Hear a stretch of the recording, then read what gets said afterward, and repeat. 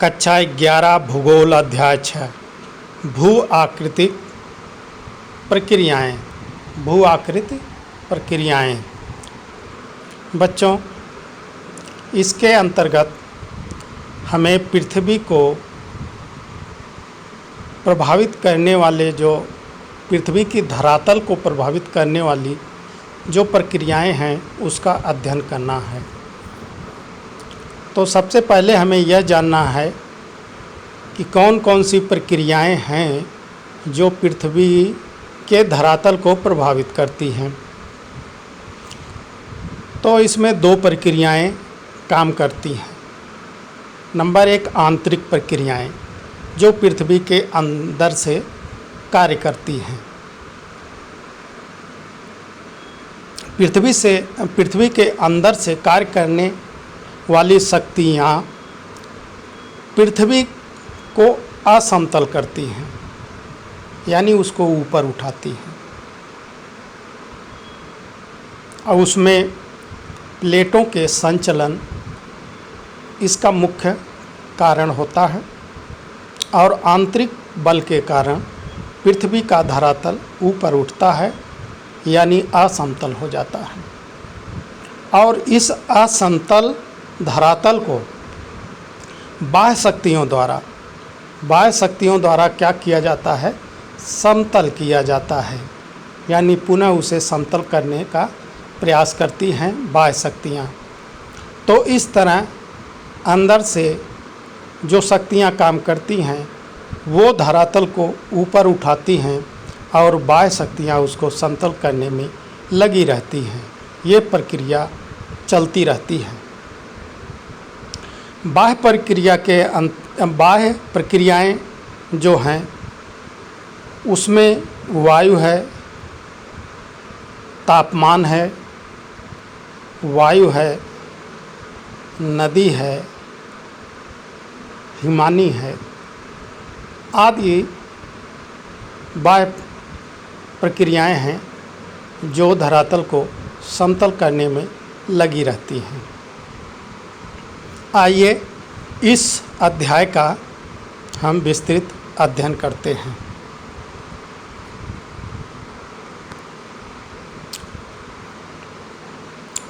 तो ये अध्याय 6 है। अध्याय का नाम है भू आकृति प्रक्रियाएं, यानी जियोमॉर्फिक प्रोसेस। पृथ्वी का धरातल असमान है। यह असमानता के पीछे पृथ्वी की आंतरिक शक्तियाँ जिम्मेदार हैं। ये शक्तियाँ स्थल मंडलीय प्लेटों को गतिमान करती हैं, जिससे धरातल पर विभिन्न स्थल रूपों की रचना होती है और पृथ्वी का धरातल असमतल हो जाता है। इन शक्तियों को विवर्तनीय शक्तियाँ यानी टेक्टोनिक फोर्स कहा जाता है। पृथ्वी का धरातल ज्यों ही असमतल होता है, सूर्य की शक्ति से उत्पन्न बहिर्जनिक शक्तियाँ तोड़ फोड़ कर तथा घिस कर समतल करने का प्रयास करती हैं। अंतर्जनित अर्थात आंतरिक शक्तियाँ यानी इंडोजेनिक फोर्स एवं बहिर्जनिक अर्थात बाहरी शक्तियाँ अर्थात एक्सोजेनिक फोर्स के इस खेल से पृथ्वी पर भू आकृतियाँ बनती संवरती जाती हैं। ये दोनों प्रक्रियाएं पृथ्वी के धरातल पर निरंतर सक्रिय रहती हैं। इन्हीं को भू आकृति प्रक्रियाएं कहते हैं। धरातल पर इन प्रक्रियाओं के परिणाम स्वरूप मानव को उसकी जीविका तथा विविध संसाधन आधार प्राप्त होता है। धरातल पर दिखाई देने वाली समस्त भू आकृतियाँ दो प्रकार के बलों से बनती हैं, अंतर्जनिक एवं बहिर्जनिक बल से।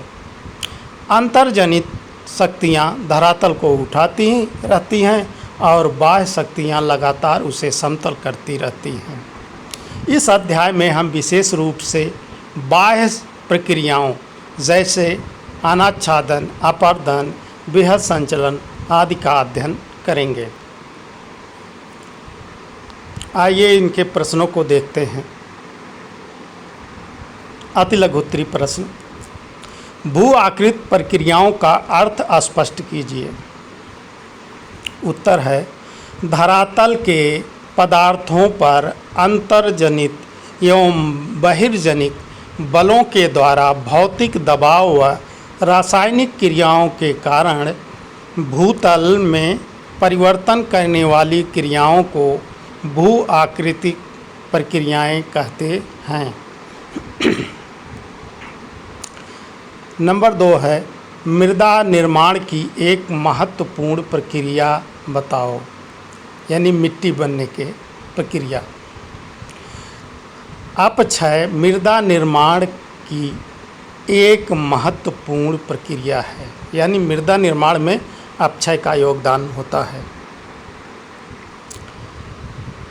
विभिन्न भू आकृत प्रक्रियाओं को नियंत्रित करने वाले 2 कारक कौन से हैं? वो हैं तापमान और वर्षा। दोनों ही भू आकृत प्रक्रियाओं को नियंत्रित करते हैं। बृहद संचलन के लिए कौन सी शक्ति सहायक होती है? तो बृहद अगर संचलन होता है तो गुरुत्वाकर्षण शक्ति संचलन में सहायक होती है। निक्षेप क्या है? निक्षेप अपर्दन का परिणाम होता है। जब ढाल में कमी आ जाती है तो अपर्दित पदार्थ का निक्षेप अर्थात जमाव शुरू हो जाता है। मृदा क्या है? मृदा धरातल पर प्राकृतिक तत्वों का समूह है जिनमें जीव जंतुओं तथा पौधों को पोषित करने की क्षमता होती है। भू आकृतिक कारक कौन से हैं? प्रकृति के तत्व जो धरातल के पदार्थों को अधिग्रहण तथा परिवहन करने में सक्षम हैं, जैसे हिम, जल, वायु आदि, उन्हें भू आकृतिक कारक कहते हैं। पेडालॉजी विज्ञान किसे कहते हैं? तो पेडालॉजी मृदा विज्ञान से संबंधित है, यानी मृदाओं का जो अध्ययन करता है उसे पेडालॉजी कहा जाता है। बहिर्जनिक प्रक्रियाएं अपनी ऊर्जा कहाँ से प्राप्त करती हैं?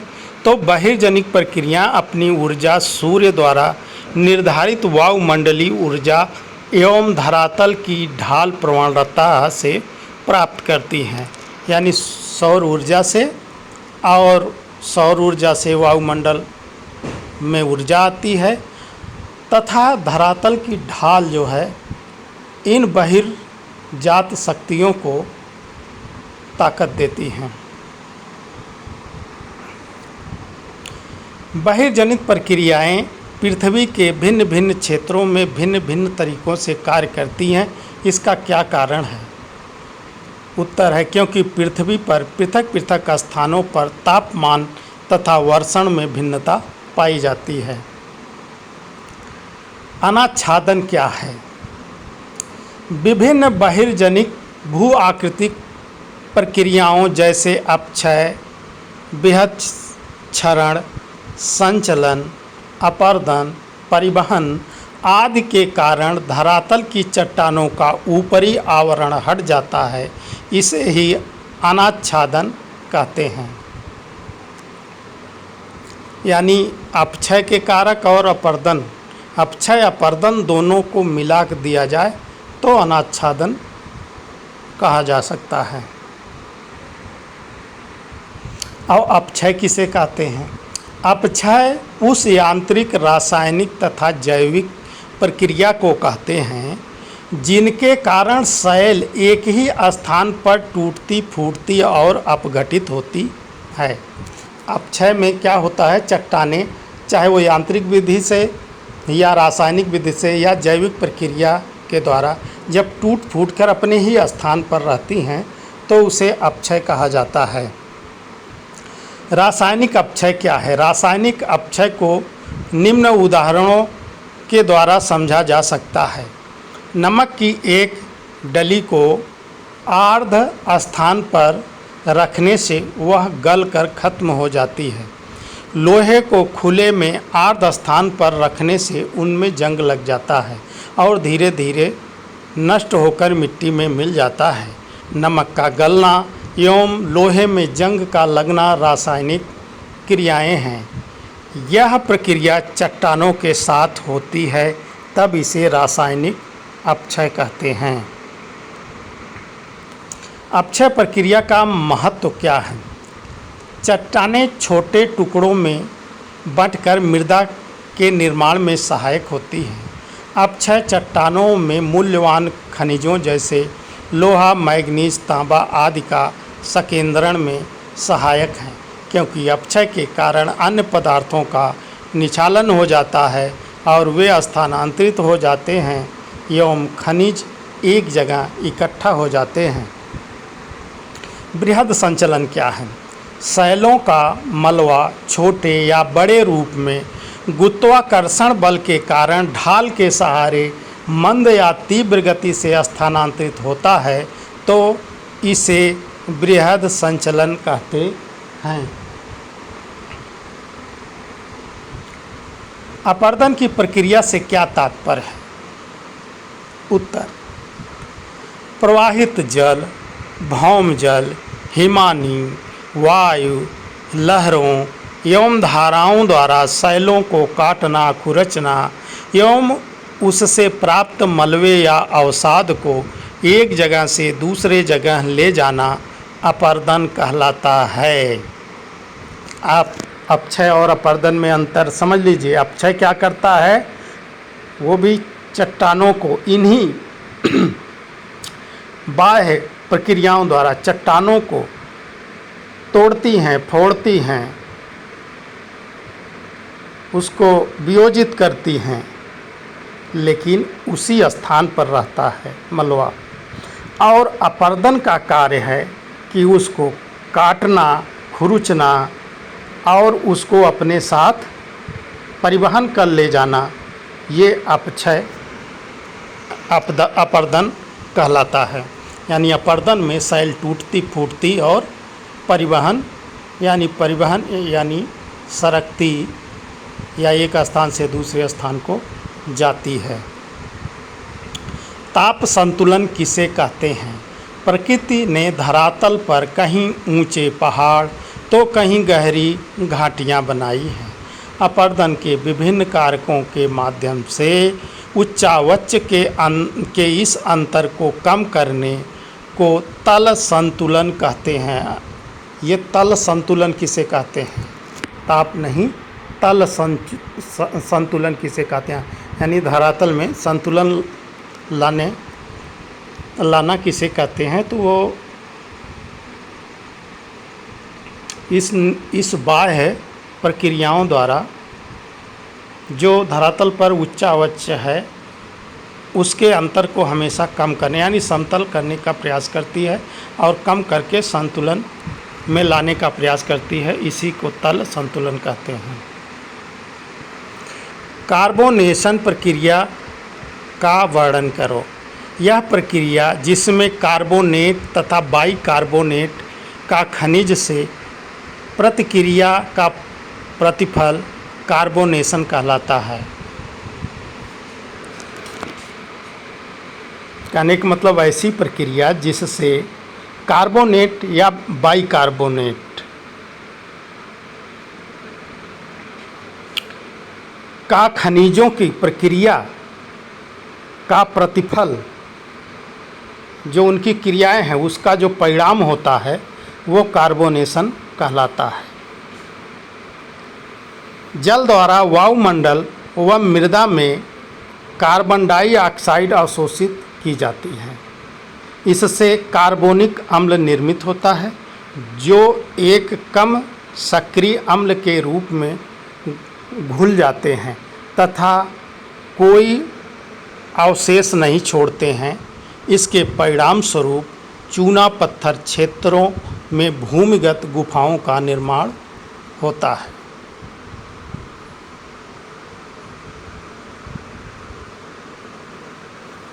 यानी जल जो है वायुमंडल में जो कार्बन डाइऑक्साइड है उसको सोख लेता है और एक हल्का कार्बोनिक अम्ल बनाता है, और वो कार्बोनिक अम्ल चूना पत्थर को घोल करके भूमिगत गुफा बना देता है।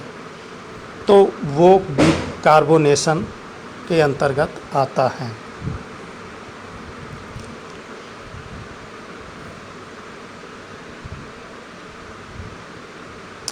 बैक्टीरियता वृद्धि धीमी होने के वजह से कौन सी मृदा संस्तर विकसित होता है?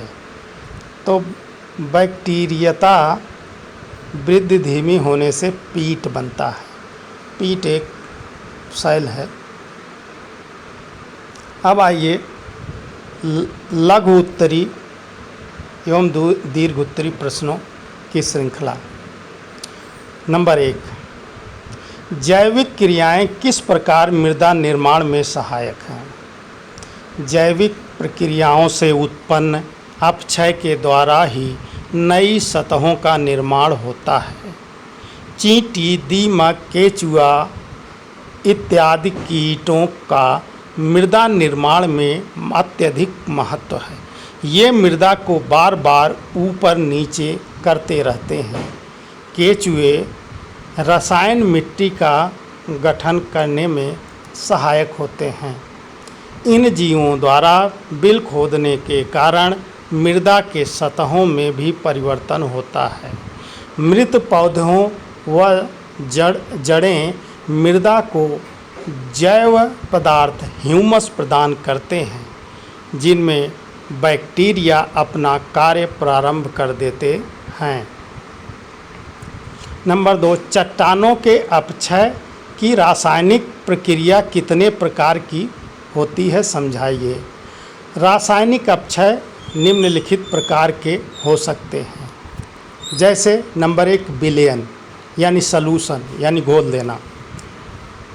चट्टानों में मौजूद कई प्रकार के खनिज जल में घुल जाते हैं, जैसे नाइट्रेट, सल्फेट एवं पोटेशियम।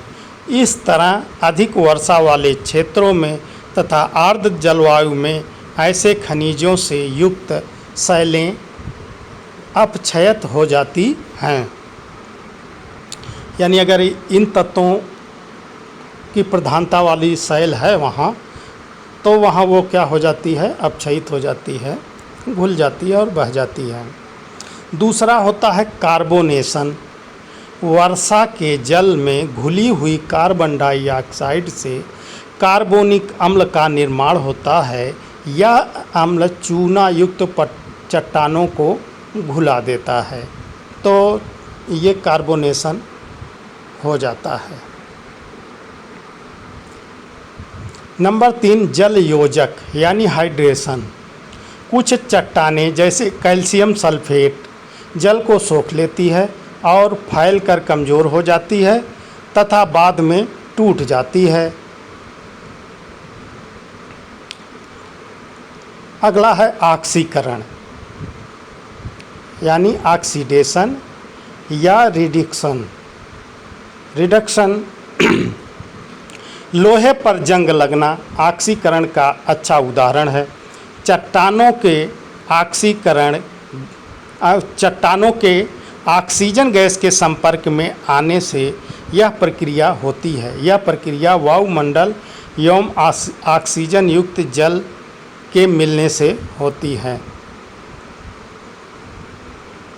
भौतिक अपक्षय क्या है, यह कितने प्रकार का होता है?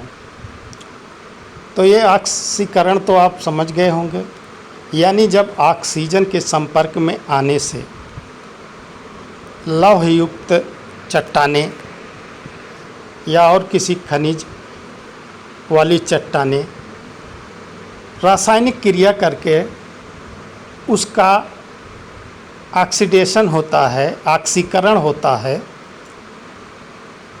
तो वो उसमें बदलाव आ जाता है। जैसे लोहे में जब ऑक्सीजन की क्रिया होती है तो आयरन ऑक्साइड हो जाता है, और इसी तरह ऑक्साइड बन जाते हैं, तत्वों के ऑक्साइड बन जाते हैं। तो जितने भी ऐसे तत्व हैं जिनके ऑक्साइड बनते हैं उसका ऑक्सीकरण होता है।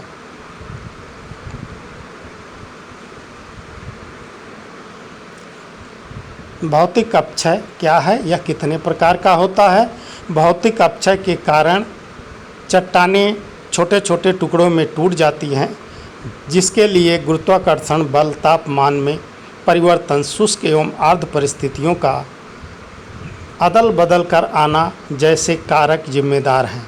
ये निम्न प्रकार के होते हैं। भार विहीनीकरण यानी अनलोडिंग, ताप में परिवर्तन, चेंज इन टेम्परेचर, हिमकरण एवं तुषार वेडिंग यानी फ्रीजिंग एंड फ्रॉस्ट वेडिंग, लवण अपक्षय, साल्ट वेदरिंग, जैविक अपक्षय, बायोलॉजिकल वेदरिंग, ये सब क्या हैं? भौतिक अपक्षय हैं।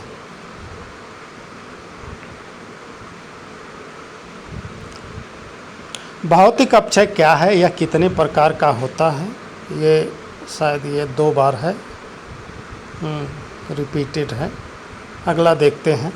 अपक्षय की निम्नलिखित प्रक्रियाओं को सचित्र समझाइए। अब इस वीडियो में चित्र तो नहीं है और इसका हम ऐसे ही बताने का प्रयास करेंगे। अपसल्कन यानी एक्सफोलिएशन, यानी जब चट्टानों में परत दर परत उड़ती रहती है, हटती रहती है, यानी एक परत होती है वो अपक्षय होकर के हट जाती है, फिर दूसरी परत वो हो जाती है। इस तरह परतों के रूप में जब चट्टानों का अपक्षय होता है तो उसी को अपसल्कन या एक्सफोलिएशन कहा जाता है। तो देखिए लिखा है, अपक्षय की इस प्रक्रिया में चट्टानों की परतें प्याज के छिलके की तरह उतरती हैं। ऐसे गुंबद आकार की भू आकृतियों में होता है। इसके ऊपर की परत अपर्दन के कारण हट जाती है और परतदार पट्टियाँ विकसित हो जाती हैं। वही बात, परतदार होती हैं साइलें, वो अपना अपक्षय होकर उड़ती जाती हैं परत दर परत, तो इसी को अपसल्कन कहते हैं।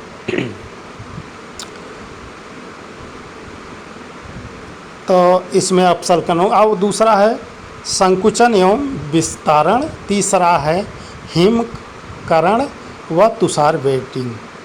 तो आइए देखते हैं। अपसल्कन हमने देख लिया। संकुचन एवं विस्तारण, श्रिंक एंड एक्सपेंशन। श्रिंक यानी सिकुड़ना और फैलना। जब ताप में परिवर्तन बार बार होता रहता है तो शैलें क्या होती हैं? फैलती और सिकुड़ती रहती हैं। तो जब फैलती सिकुड़ती रहती हैं बार बार तो क्या होता है? शैलें कमज़ोर हो जाती हैं और टूट जाती हैं। इसी को जो कहते हैं संकुचन एवं विस्तारण। हिमकरण एवं तुषार वेडिंग, शैलों के दरारों में जब जल भर जाता है और तापमान गिरने से जल हिम में परिवर्तित हो जाता है। हिम बनने से आयतन बढ़ता है जो शैलों पर दबाव डालता है। इस प्रक्रिया की पुनरावृत्ति से शैलें टूट जाती हैं। अब इसमें देखते हैं, शैलों में दरारें हैं, दरार में पानी भर जाता है और जब ताप कम हो जाता है तो पानी जमता है। अब आप जानते हैं कि पानी ही एक ऐसा पदार्थ है कि जो जमने के बाद उसका आयतन बढ़ता है। तो जब उसका आयतन बढ़ेगा तो क्या करेगा? दरार को और चौड़ा कर देगा और चट्टानें टूट जाएंगी। नंबर 5, तीव्र संचलन प्रक्रिया क्या है? यह कितने प्रकार से घटित होती है? उत्तर, आर्द्र जलवायु में मंद या तीव्र वनस्पति विहीन ढालों पर जल युक्त मिट्टी अथवा गाद का तेजी से खिसकना तीव्र संचलन कहलाता है। यह प्रक्रिया कई तरीकों की होती है। तरीके क्या हैं देखिए। नंबर 1, मृदा प्रवाह, अर्थ फ्लो। जब संतृप्त चिकनी मिट्टी व गाद पहाड़ी ढालों के सहारे नीचे की ओर संचलन मृदा प्रवाह कहलाता है। सीढ़ी बनाते हुए जब यह पदार्थ सांप की तरह नीचे खिसकता है तो यह अवसर्पण कहलाता है। दूसरा प्रवाह क्या है? कीचड़ प्रवाह। कीचड़ प्रवाह का मतलब है मड फ्लो। बहुत अधिक मात्रा में अपक्षय होने से पदार्थ भारी वर्षा के कारण कीचड़ में बदल जाता है और तेजी से कीचड़ नदी के रूप में ढालों से घाटियों की तरफ बहने लगता है। यह घटना बहुत विनाशकारी होती है। अगला है मलबा अवधाव। इसे एवलांच कहा जाता है। एवलांच खासकर ये हिम से ढकी चोटियों पर होता है। यह प्रक्रिया तीव्र ढाल पर होती है जिससे मलबा यानी चट्टानों के टुकड़े कीचड़ प्रवाह से भी तेज गति से नीचे आते हैं। वो मलबा अवधाव या एवलांच कहलाता है।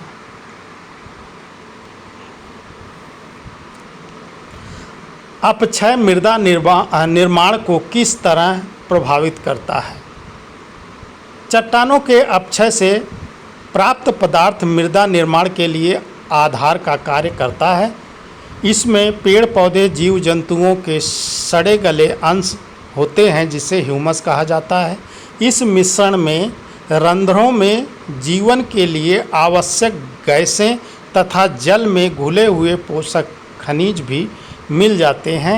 इस तरह लंबी समय अवधि में मृदा का अच्छा मिश्रण तैयार हो जाता है।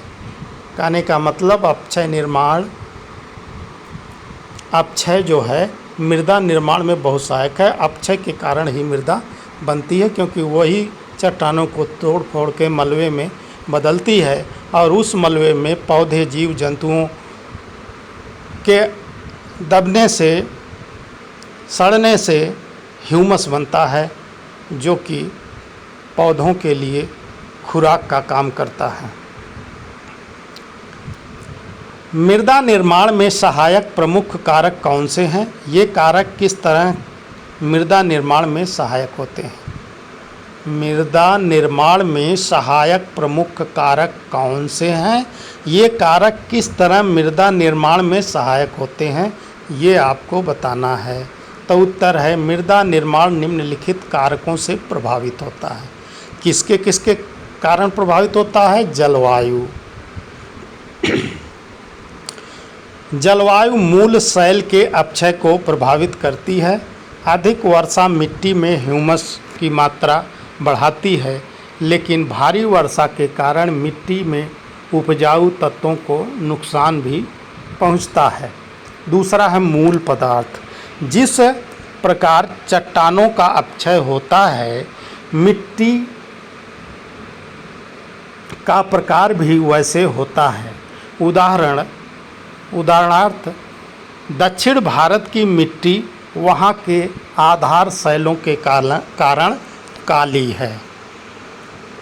तीसरा उच्चावच। पहाड़ी भागों में मिट्टी की परत पतली होती है जबकि मैदानी भागों में मिट्टी की परत की मोटाई अधिक होती है, क्योंकि ऊपर से ही मिट्टियाँ बह कर के मैदानों में आती हैं तो ऊपर पतली रह जाती हैं और मैदानों में जम कर के मोटी हो जाती हैं। चौथा है जैविक क्रिया। वनस्पति आवरण एवं सूक्ष्म जीवों की उपस्थिति मृदा को अधिक उपजाऊ बना देती है। जैसा कि पीछे बताया गया है कि चींटी, दीमक, केचुआ आदि सब मिट्टी को उपजाऊ बनाते हैं। नंबर 5 है समय। लंबी कालावधि में बनी मिट्टी अधिक समृद्ध एवं उपजाऊ होती हैं। अगला प्रश्न है वो कौन से कारक हैं जो बृहद संचलन की सक्रियता को बढ़ा देते हैं। तो उत्तर है बृहद संचलन की प्रक्रिया के पीछे अनेक कारक कार्य करते हैं जो कि इस प्रकार हैं। प्राकृतिक और कृत्रिम साधनों द्वारा ऊपर के पदार्थों के टिकने के आधार को हटाना, ढालों की प्रवणता और ऊंचाई में बढ़ोतरी, पदार्थों के प्राकृतिक या कृत्रिम भराव के कारण पैदा अतिभार, अत्यधिक वर्षा, संतृप्त तथा ढाल से पदार्थों के स्नेहन द्वारा उत्पन्न अतिभार, मूल ढाल की सतह पर पदार्थ अथवा भार का हटना, भूकंप आना, विस्फोट अथवा मशीनों का कंपन, प्राकृतिक वनस्पतियों की अंधाधुंध कटाई, ये सब कारक हैं, ये सब कारण हैं बृहद संचलन के। तो आपने ऊपर पढ़ा है कि बृहद संचलन क्या है कि जब मिट्टी के मलबा का खिसकाव होता है तो उसे बृहद संचलन कहते हैं। वो किन किन कारणों से होता है, तो इसमें सारे कारण लिखे हुए हैं। प्राकृतिक और कृत्रिम साधनों द्वारा ऊपर के पदार्थों के टिकने के आधार को हटा देना, यानी किसी प्राकृतिक कारक हो या कृत्रिम कारक हो, जब पदार्थ जिस पे टिका है उस आधार को हटा देता है तो वो क्या करते हैं, फिसल कर नीचे की तरफ चल पड़ते हैं। ढाल की प्रवणता और ऊंचाई में बढ़ोतरी, यानी ढाल बढ़ेगा, ऊंचाई बढ़ेगी तो तीव्रता से ऊपर से नीचे मिट्टी खिसकेगी। पदार्थों के प्राकृतिक या कृत्रिम भराव के कारण पैदा अधिभार, यदि पदार्थों का प्राकृतिक या कृत्रिम ढंग से यदि उसका जमाव, पदार्थों का जमाव अधिक हो जाता है तो क्या होगा, भार अधिक हो जाएगा तो क्या हो जाएगी, ध्वस्त हो जाएगी और नीचे की तरफ फिसल जाएगी। अत्यधिक वर्षा के कारण भी ढालों के सहारे क्या होता है, एक जल मिल जाता है और उसमें स्नेह मिल जाता है, यानी आसानी से फिसलन मिल जाती है, जिससे पदार्थ फिसल करके घाटियों में आ जाता है। मूल ढाल की सतह का पदार्थ अथवा भार का हटना, जो मूल ढाल है जब उसकी सतह के पदार्थ को हटा दिया जाता है तो भी जो है ऊपर के पदार्थ का नीचे की ओर लुढ़कना और आसान हो जाता है। भूकंप का आना, भूकंप आएगा तो जब कंपन होगा तो भी चट्टानें टूट करके नीचे की तरफ फिसल जाएंगी। विस्फोट अथवा मशीनों का कंपन भी भूकंप की तरह काम करता है, वो भी क्या करता है, चट्टानों को तोड़ देता है कंपन के कारण और नीचे की तरफ खिसका देता है। तो प्राकृतिक वनस्पतियों की अंधाधुंध कटाई से भी क्या होता है, चट्टानें कमज़ोर हो जाती हैं, टूट जाती हैं और वो क्या होता है, नीचे की तरफ खिसकने लगती हैं। तो ये हो गया आपका बृहद संचलन। अगला प्रश्न है बहिर्जनिक भू आकृति प्रक्रियाएं एक क्षेत्र से दूसरे क्षेत्रों में भिन्न क्यों पाई जाती हैं। तो ये देखिए, क्षेत्रीय भिन्नता के कारण भी इनमें अंतर पाया जाता है। इनके निम्नलिखित कारण हैं। नंबर 1, पृथ्वी के धरातल पर तापीय प्रवणता के कारण अलग अलग जलवायु प्रदेश स्थित हैं, जो कि अक्षांशीय, मौसमी तथा जल थल विस्तार से भिन्नता के कारण पैदा हुए हैं। वनस्पतियों या वनस्पति का घनत्व, प्रकार तथा वितरण जो विशेष वर्षा और तापमान पर निर्भर करते हैं, बहिर्जनिक भू आकृतिक प्रक्रियाओं पर प्रत्यक्ष असर डालते हैं। नंबर 3, विभिन्न जलवायु प्रदेशों में भिन्न भिन्न जलवायु तत्व जैसे ऊंचाई में अंतर, सूर्यमुखी ढाल पर सूर्य विमुख ढाल की तुलना में ज़्यादा तापक्रम की प्राप्ति के कारण स्थानीय भिन्नता मिलता है। यानी सूर्य का ढाल, सूर्य की किरणें या प्रकाश जिस पे सीधी पड़ेंगी वहाँ अधिक ताप होगा और सूर्य के विमुख यानी जहाँ नहीं पड़ेंगी वहाँ तापमान कम होगा। इसमें भी स्थानीय भिन्नता पाई जाएगी और जिसके कारण जो है भू आकृतिक, जो बहिर्जनिक भू आकृतिक प्रक्रियाएँ हैं वो क्षेत्रों में भिन्न भिन्न प्रकार से काम करती हैं। नंबर 4, वायु का वेग और दिशा, वर्षण की मात्रा एवं प्रकार, इसकी गहनता, वर्षण एवं वाष्पीकरण के में संबंध, ताप क्रम का स्तर, दैनिक स्तर, हिमकरण तथा पिघलने की आवृत्ति, तुषार व्यापन की गहराई आदि में फर्क होने के कारण भी जलवायु प्रदेश के भीतर भू आकृतिक प्रक्रियाएं अलग अलग होती हैं। यानी इन सब कारणों से भी सब एक जगह एक जैसा नहीं है, चाहे वह वर्षण हो, चाहे वाष्पीकरण हो, चाहे तापमान हो, चाहे हिमकरण हो, या मतलब हिम का पिघलना हो, तुषार हो, ये सब जगह एक समान नहीं होते हैं। तो प्रक्रियाएं, भू प्रक्रियाएं भी एक समान काम नहीं करेंगी। नंबर 5, यदि जलवायविक कारक समान हो तो बहिर्जनिक क्रियाओं की गहनता शैलों के प्रकार तथा संरचना पर निर्भर करती हैं।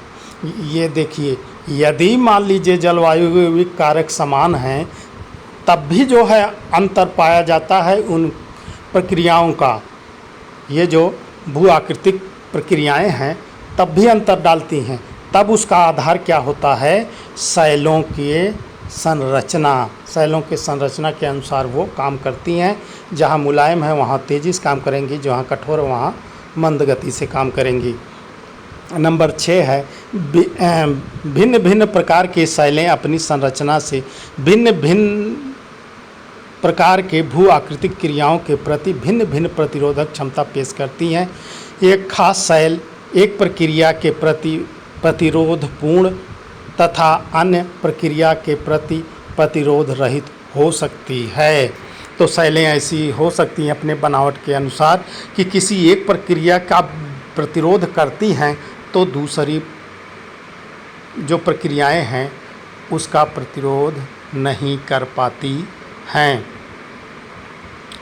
जैसे किसी पर जल अधिक काम करता है, जल अधिक प्रभावित करता है, परंतु वहाँ वायु की क्रिया कम प्रभावित होती है। और जहाँ पर जल अपना काम कम कर पाता है वहाँ वायु अपना तेज़ी से काम करता है। और अगला प्रश्न है, अंतर्जनित और बहिर्जनित दोनों ही बल पृथ्वी निर्माण के समय से अपना कार्य बहुत ही अनुशासित तरीके से करते आ रहे हैं, किंतु वर्तमान में मानवीय हस्तक्षेप बढ़ने से इनकी गति में असामान्य वृद्धि हुई है। बिल्कुल हुई है। देखिए, पृथ्वी की उत्पत्ति के साथ ही जो बाह्य क्रियाएं हैं वो अपना काम प्रारंभ कर दी हैं, परंतु वो समान गति से काम अपना करना शुरू कर दी। परंतु जब जैविक हस्तक्षेप हुआ, यानी मानवीय हस्तक्षेप हुआ, चाहे वो वनों का कटान हुआ, पहाड़ों का कटान हुआ, मिट्टी का खदान हुआ, ये जो चीज़ें, ये सब जो क्रियाएं बढ़ी, तो जो बाह्यजनिक कार्य है वो और तेज़ी से काम करने लगा। इसी का विवरण यहाँ लिखा हुआ है। जैसे उत्तर में लिखेंगे, अंतर्जलिक बल पृथ्वी पर उच्चावच संबंधी विविधता उत्पन्न करते हैं, जैसे पर्वत, पठार, मैदान आदि भू आकृतियों का निर्माण करना। और बहिर्जनिक बल धरातल पर उत्पन्न इन विभिन्नताओं को समान करते हैं, किंतु वर्तमान समय में मनुष्य ने संसाधन का अत्यधिक दोहन प्रारंभ कर दिया। परिणाम स्वरूप विश्व के अधिकांश भागों में बाढ़, भूकंप, चक्रवात आदि त्रासदियों से जूझ रहे हैं। भारत भी इससे अछूता नहीं है। उत्तराखंड यानी केदारनाथ में आई बाढ़ हो, या कश्मीर में आई बाढ़, या नेपाल में आया भूकंप, इन सब के लिए सीधे तौर पर मनुष्य ही उत्तरदायी है, क्योंकि धरातल के भाग को बनने में बहुत लंबी अवधि, सैकड़ों हजारों वर्ष का समय लगता है, किंतु मानव द्वारा इसके उपयोग, दुरुपयोग, कुप्रयोग के कारण संभाव्यता की अधिक तीव्र गति से ह्रास किया है। यदि यह प्रक्रिया उन्होंने धरातल के रूप में यदि उन प्रक्रियाओं जिन्होंने धरातल को रूप दिया है और कभी भी अभी भी दे रही हैं उनसे साम्यता बना ली जाए तो निश्चित रूप से मानव द्वारा किए जा रहे हानिकारक प्रभावों को कम किया जा सकता है। अगला प्रश्न है, मिट्टी के निर्माणकारी सक्रिय तथा निष्क्रिय कारकों में अंतर स्पष्ट करें। मिट्टी के निर्माण कार्य में जो सक्रिय और निष्क्रिय कारक हैं उसको आप उसमें अंतर स्पष्ट करिए। उत्तर है सक्रिय कारक। एक्टिव फैक्टर क्या है? नंबर 1, जलवायु तथा जैविक क्रियाएं सक्रिय घटक हैं। इन घटकों द्वारा मिट्टी में परिवर्तन क्रिया होती रहती है। इन घटकों द्वारा मिट्टी में परिवर्तन क्रिया होती रहती है। इन घटकों तथा अपघटन तथा विघटन होता रहता है। इन घटकों यानी इन घटकों के कारण अपघटन और विघटन होता रहता है। इन घटकों द्वारा मिट्टी के निर्माण में कम समय लगता है। कुछ निष्क्रिय घटक हैं पैसिव फैक्टर्स। मूल पदार्थ, धरातल तथा समय निष्क्रिय घटक हैं। ये घटक अपने आप में कोई परिवर्तन नहीं लाते हैं। ये घटक कोई क्रिया नहीं करते हैं। इन घटकों द्वारा मिट्टी निर्माण में बहुत अधिक समय लगता है। ये एक सहायक के रूप में काम करते हैं, न कि सक्रिय भूमिका निभाते हैं।